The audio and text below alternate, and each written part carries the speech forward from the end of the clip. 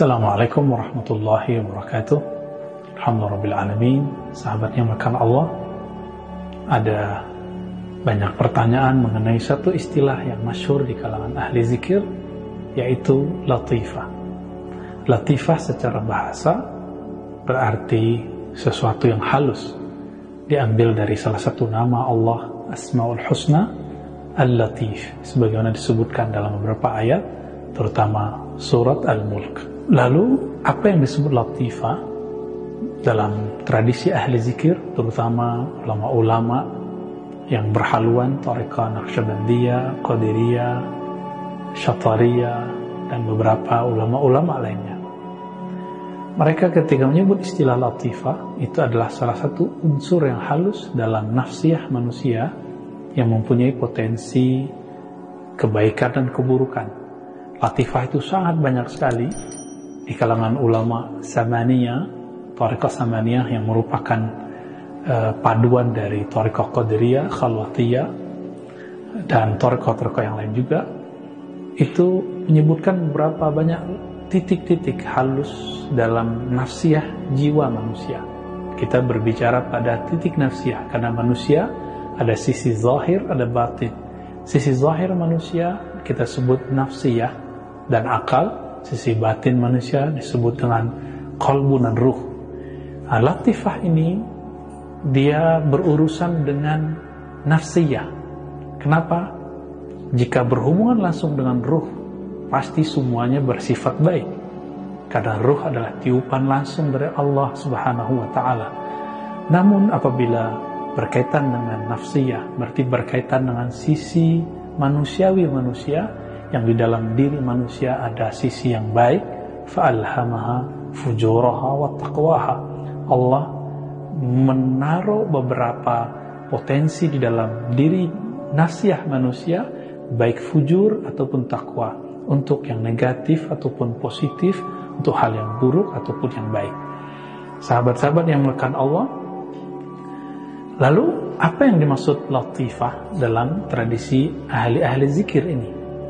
Latifah ini yaitu seseorang yang berzikir tidak hanya dengan lisannya, tapi mengajak sisi dari nafsiyahnya yang mungkin mempunyai karakter buruk, lalu diajak untuk berzikir menyebut nama Allah Subhanahu wa ta'ala. Nah, latifah ini biasanya dibagi menjadi 7. Ada latifah qalbiyah, latifah qalbu. Latifah qalbu ini berhubungan dengan fisik, yaitu jantung, dan berhubungan kepada sisi batin manusia, yaitu qalbu. Di sana ada karakter keikhlasan, ada karakter kemurnian tauhid, tapi juga ada syirik, riya, sum'ah, suka pamer, dan lain sebagainya. Dan itu biasanya dilatihkan zikirnya sebanyak jumlah tertentu. Dan jumlah zikir itu, sahabat yang melakukan Allah, itu hanya sebatas latihan. Itu bukanlah batasan, itu bukan juga kewajiban, hanya sekedar latihan. Seperti seorang dokter mengatakan kepada pasiennya, kamu punya penyakit jantung, ya udah kamu latihan setiap hari, lari cepat atau jalan cepat sebanyak 30 menit atau 2 kilo, 3 kilo. Kira-kira seperti itu. Jadi ini bukanlah seperti pembatasan tahdiduz zikr. Yang penting zikirnya banyak. Ya allazina amanu zkurullaha dzikran katsira. Wahai orang beriman, sebutlah nama Allah sebanyak-banyaknya. Itu disebut latifah qalbiyah. Ada yang disebut latifah ruhiyah. Latifah yang berkaitan dengan spirit. Lalu ada latifah yang berkaitan dengan sir, rahasia. Jadi jiwa kita juga menyimpan rahasia-rahasia. Inilah yang disebutkan dalam surat Taha ayat 7, ya. Sesungguhnya Allah ya'lamus sirra wal akhfa, ya. Sesungguhnya Allah Ta'ala mengetahui sir dan akhfa, sesuatu yang rahasia dalam diri manusia dan sesuatu yang sangat tersembunyi. Nah, istilah-istilah akhfa, khafi, semuanya diambil dari istilah mustalahat al-Quraniyah. Nah, maka nanti ada namanya istilah khafi, ada akhfa, ada istilah latifah fikriyah atau nafsun natiqah yang berkaitan dengan akal, orang-orang yang suka panjang angan-angan, biasanya oleh ahli zikir itu ada tekniknya untuk memangkas supaya angan-angannya bisa dikendalikan. Jadi ini mirip-mirip seperti psikolog, bedanya psikolog melakukan treatment secara zahir, sedangkan ahli qalbu melakukan treatmentnya ke dalam nafsiyah langsung. Jadi memberikan tips-tipsnya langsung, dan itu bisa dipraktekkan di mana saja oleh seorang murid yang kita sebut salik. Nah, dan porsi-porsi ini teman-teman yang Allah, ini hanyalah ijtihad para ulama. Kalau tidak sepakat, kita boleh tidak mengikutinya. Tapi jika ingin merasakannya, silakan mencobanya.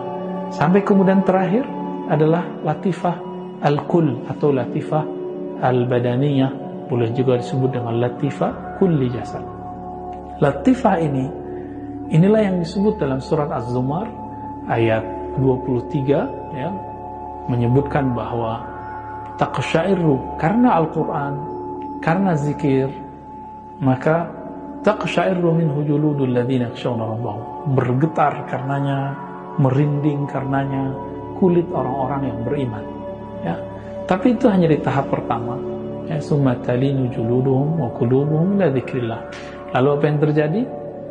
Julud, kulit mereka dan kalbu mereka akan kembali tenang dalam berzikir kepada Allah Subhanahu wa ta'ala. Maka sahabat-sahabat dimulakan Allah, latifah adalah salah satu istilah yang digunakan oleh ahli qalbu dalam mengendalikan nafs, supaya nafs yang tadinya mempunyai dua karakter baik dan buruk lebih dominasi dan dikuasai oleh karakter kebaikan, karakter positif. Karakter ini menjadi energi, dan energi ini akan menjadi bagus dan menjadi hebat ketika dimasukkan nama Allah Subhanahu wa ta'ala. Biasanya ulama kita membacakan pada setiap latifah itu nama Ismul Jalalah atau Al-Ismul A'zam, yaitu nama Allah, Allah, Allah, ya. Ada juga yang berzikir dengan hu, tapi lebih banyak dengan Ismul Jalalah.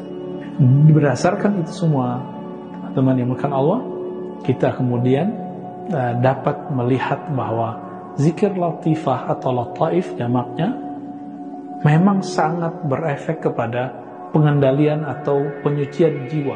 Jadi jika ada istilah qad aflaha man zakkaha, sungguh beruntung yang mentazkiyah jiwa, dan proses tazkiyah paling cepat adalah zikrullah. Nah, inilah yang dikatakan dalam satu athar, satu riwayat, bahwa likulli syai'in siqala, riwayat Imam Baihaqi, wa siqalatul qalbi zikrullah. Setiap sesuatu ada pembersihnya, dan pembersih kalbu adalah zikrullah. Nah, inilah yang kemudian menjadi dasar untuk tazkiyah nafsiyah. Jadi tazkiyah nafsiyah, teman-teman, karena Allah tidak diperoleh cukup dengan ceramah, kajian, baca buku. Dia harus ada proses yang disebut riyadhah pada tahapan zikir latifah. Biasanya ulama-ulama Naqsyabandiyah, Qadiriyah, Samaniyah memberikan zikir latifah ini di kurikulum kedua atau ketiga setelah si murid mendapatkan talqin zikir. Siapa yang ingin merasakan nafsiyahnya terkendalikan, mendapatkan cahaya asma Allah, silakan ambil dari ahlinya. Semoga Allah memasukkan nurnya dalam diri kita. Wassalamualaikum warahmatullahi wabarakatuh.